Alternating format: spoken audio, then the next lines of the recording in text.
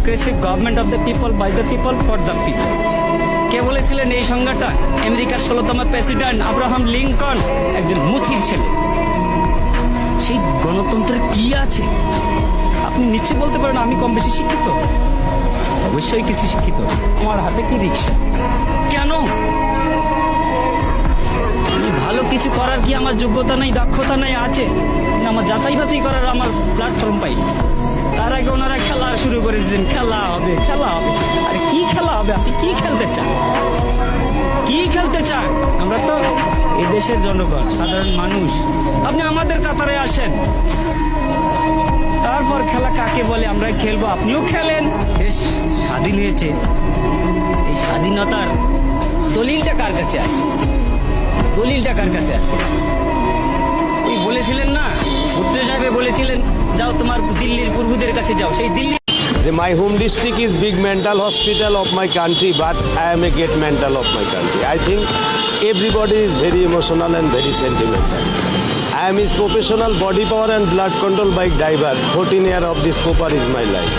Total city just my breakfast plate, mama. But my income is very down, mama. My name is Alamgir Hossain Kobir. My father name is Sohrab Hossain Rustum. My home thana is Ishordi. My home village is Ilshamari. Every day, every time, this proper gathering is very important. মাননীয় speaker, মাননীয় প্রধানমন্ত্রী জননেত্রী শেখ হাসিনার নির্দেশনায় মাননীয় অর্থমন্ত্রী যে budget দিয়ে দেশের বাজার পরিস্থিতি স্বাভাবিক রয়েছে। এর মধ্যম আয়ের বাংলাদেশের মধ্যম আয়ের দেশের মাননীয় স্পিকার 2018 সালে এই সেতু দিয়ে মাননীয় পটুয়াখালী জেলার মেডিকেল যাচ্ছে, এগিয়ে যাচ্ছে, সারা দেশের ব্যাপক উন্নয়ন। কিন্তু জামাত, বিএনপি তথা খালেদা জিয়ার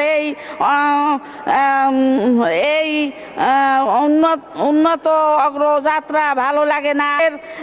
উন্নয়ন এই জন্য বারবার দরকার শেখ হাসিনার সরকার।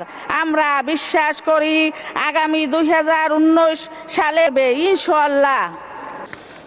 মাননীয় স্পিকার, এবারে আমি আমার এলাকা পটুয়াখালী জেলার কয়েকটি উন্নয়ন মহোদয় সদয় দৃষ্টি কামনা করছি।